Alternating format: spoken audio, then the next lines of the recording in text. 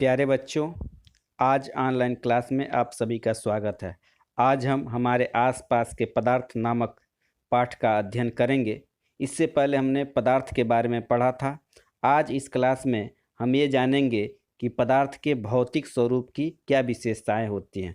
पदार्थ के अध्ययन को साधारण और सिंपल बनाने के लिए आधुनिक वैज्ञानिकों ने पदार्थ के गुणों को दो भागों में वर्गीकृत किया। एक पदार्थ का भौतिक गुण कहलाता है और दूसरा पदार्थ का रासायनिक गुण कहलाता है। तो आज हम इस वीडियो के माध्यम से पदार्थों के भौतिक स्वरूप यानी पदार्थों के भौतिक गुणों के बारे में अध्ययन करेंगे। अतः पदार्थ के भौतिक स्वरूप का अध्ययन करने पर हम पाते हैं कि पदार्थ के भौतिक स्वरूप के निम्नलिखित विशेषताएं होती हैं। पहला, पदार्थ कणों से मिलकर बना होता है। दूसरा, पदार्थ के कणों के बीच में रिक्त स्थान होता है। तीसरा, पदार्थ के कणों में गतिज ऊर्जा होती है। और चौथा, पदार्थ के कण एक दूसरे को आकर्षित करते हैं। इस प्रकार हम पाते हैं कि पदार्थ के चार भौतिक गुण होते हैं। पहला, पदार्थ कणों से मिलकर के बना होता है। दूसरा, पदार्थ के कणों के बीच रिक्त स्थान होता है। तीसरा, पदार्थ के कणों में गतिज ऊर्जा होती है। और चौथा, पदार्थ के कण एक दूसरे को आकर्षित करते हैं। आइए अब हम इन चारों तथ्यों में एक एक तथ्य को बारी बारी से अध्ययन करते हैं। सबसे पहले हम देखते हैं कि पदार्थ कणों से मिलकर के बना होता है। पदार्थ जो होते हैं वो अत्यंत सूक्ष्म कणों से मिलकर बने होते हैं। पदार्थ के सबसे छोटे और स्वतंत्र इकाई को हम अणु कहते हैं। अणु को भी और विभाजित करने पर वे परमाणु में विभाजित हो जाते हैं, लेकिन ये स्वतंत्र अवस्था में नहीं पाए जाते हैं। जैसे हम स्ट्रक्चर में देखेंगे तो देखेंगे कि ठोस, द्रव और गैस तीनों का स्ट्रक्चर हमारे सामने उपस्थित है। अब उनके जो कण होते हैं वो अत्यंत सूक्ष्म होते हैं, पूर्ण गोल होते हैं और पूर्णतः प्रत्यास्थ होते हैं और वे ठोस होते हैं। यानी पदार्थ कोई भी हो, चाहे वो ठोस हो या द्रव हो या फिर गैस हो, वह अत्यंत सूक्ष्म कणों से मिलकर के बने होते हैं। ये कण इतने सूक्ष्म होते हैं कि हम इन्हें अपनी आँखों से नहीं देख सकते हैं। अतः यह स्पष्ट है कि पदार्थ जो होते हैं वह सूक्ष्म कणों से मिलकर के बने होते हैं। आइए अब हम पदार्थ की दूसरी विशेषता के बारे में जानें।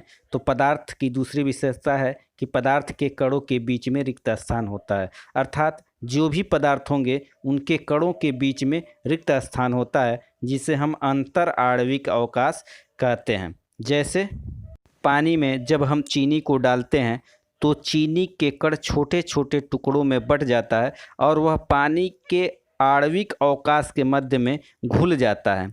इसलिए यह स्पष्ट है कि पदार्थ के कणों के बीच में रिक्त स्थान होता है। अगर रिक्त स्थान नहीं होता तो चीनी के कण पानी के कणों के बीच में नहीं समा पाते। इसी प्रकार हम देखते हैं कि जो अंतर आणविक अवकाश होता है वह ठोस में सबसे कम होता है तथा द्रव में ठोस से थोड़ा अधिक होता है और गैस में यह आंतरिक अवकाश सबसे अधिक होता है। इसलिए हम ठोस में किसी वस्तु को आसानी से नहीं डाल सकते, जबकि द्रव में हम किसी भी चीज़ को डालने में थोड़ा आसानी महसूस करते हैं और गैस में किसी भी तरह का प्रतिरोध नहीं होता है।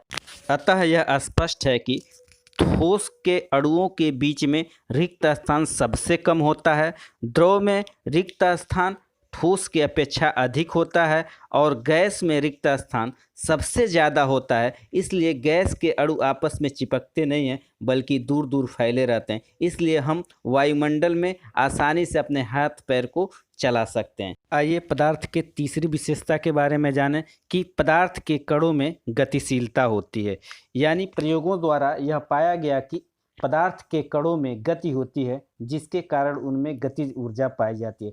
ताप बढ़ाने पर कणों की गतिज ऊर्जा बढ़ जाती है और ताप घटाने पर पदार्थों के अणुओं की गतिज ऊर्जा घट जाती है, क्योंकि जब ताप बढ़ाया जाता है तो उनकी गति ऊर्जा बढ़ने के कारण उनके अंतर आणविक अवकाश में वृद्धि होती है, जिसके कारण पदार्थ अपनी अवस्था को परिवर्तित करते हैं। ठोस द्रव में बदल जाएगा और द्रव को जब ऊष्मा दी जाती है तो वह फिर गैस में बदल जाता है। गैस से अगर ऊष्मा ली जाएगी तो उनके बीच में गतिज ऊर्जा कम होगी, अतः अंतर आणविक स्थान कम होगा और वह द्रव में बदल जाएगा। ठीक उसी प्रकार यदि द्रव से ऊष्मा ली जाए तो उनके अणुओं के बीच का आणविक अवकाश कम हो जाएगा और वह द्रव ठोस में परिवर्तित हो जाता है। यानी अवस्था परिवर्तन करने के लिए ऊष्मा की आवश्यकता होती है। यदि ऊष्मा नहीं रहेगी तो हम किसी भी पदार्थ का अवस्था परिवर्तन नहीं कर सकते हैं। ठोस को द्रव में बदलने के लिए हमें ऊष्मा की आवश्यकता होती है। जब हम उसमें टेम्परेचर देंगे तो वह अपनी अवस्था को परिवर्तित करके ठोस द्रव में बदल जाएगा। द्रव को जब हम टेम्परेचर देंगे तो वह अपनी अवस्था को परिवर्तित करके फिर गैस में परिवर्तित हो जाएगा। इस प्रकार अवस्था परिवर्तन करने के लिए ऊष्मा की आवश्यकता होती है। पदार्थ के अणुओं की चौथी विशेषता कि पदार्थ के कण एक दूसरे को आकर्षित करते हैं। अब प्रयोगों द्वारा यह पाया गया कि पदार्थ के कणों के मध्य एक आकर्षण बल होता है जिसके द्वारा वे एक दूसरे से जुड़े होते हैं। कणों के मध्य लगने वाले इस बल को अंतर आणविक बल कहते हैं। अगर हम ठोस, द्रव और गैस का आणविक संरचना देखें तो हम पाएंगे कि ठोस के मध्य आंतरिक जो बल लगता है वो बहुत ज़्यादा लगता है, इसलिए उसके अणु या उसके कण बहुत ज़्यादा एक दूसरे से चिपके रहते हैं, जिसके कारण इसमें अंतर आणविक अवकाश यानी कणों के मध्य रिक्त स्थान बहुत कम होता है, इसलिए ठोस ठोस के रूप में पाया जाता है। द्रव के अणुओं के बीच में रिक्त स्थान ठोस की अपेक्षा थोड़ा अधिक होता है, इसलिए द्रव में लगने वाला आकर्षण बल ठोस से कम हो जाता है, जिसके कारण द्रव के अणु आपस में चिपकते नहीं बल्कि एक दूसरे पर फिसलते हैं, इसलिए द्रव में बहने का गुण पाया जाता है। अगर हम गैस की बात करें तो गैस के अणु एक दूसरे से बहुत अधिक दूर दूर होते हैं, इसलिए उसमें गतिज ऊर्जा बहुत अधिक हो जाती है, इसलिए वे एक दूसरे से टकराकर बहुत दूर चले जाते हैं, इसलिए इनके बीच में लगने वाला आकर्षण बल सबसे कम होता है।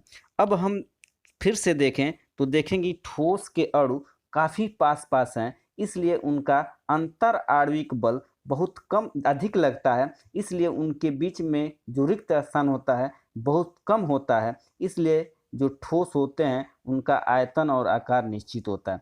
इसकी अपेक्षा जब हम द्रव की बात करेंगे तो इसमें लगने वाला आकर्षण बल कम होता है, इसलिए ये कण एक दूसरे पर फिसलते हैं, इसलिए इनका आयतन तो निश्चित होता है लेकिन आकार निश्चित नहीं होता है और इसमें बहने का गुण पाया जाता है। और गैस की बात करें तो इनके बीच लगने वाला आकर्षण बल लगभग शून्य हो जाता है और इनकी गतिज ऊर्जा बहुत अधिक हो जाती है, इसलिए कण एक दूसरे में चिपकते ही नहीं हैं, इसलिए न इनका आयतन निश्चित होता है और न ही आकार निश्चित होता है। इस प्रकार से हम देखेंगे कि पदार्थ के कण एक दूसरे को आकर्षित करते हैं जो उनके आयतन और आकार को बनाए रखने में व्यवस्थित करती है। इस प्रकार आज हमने जाना कि पदार्थ के भौतिक स्वरूप की क्या विशेषता होती है। इस तरह आज का क्लास यहीं पे समाप्त होता है। फिर अगले टॉपिक के साथ हम अगली कक्षाओं में आपसे मिलेंगे। तब तक के लिए गुड बाय। प्यारे बच्चों, हमारे चैनल को सब्सक्राइब और लाइक ज़रूर करें। धन्यवाद।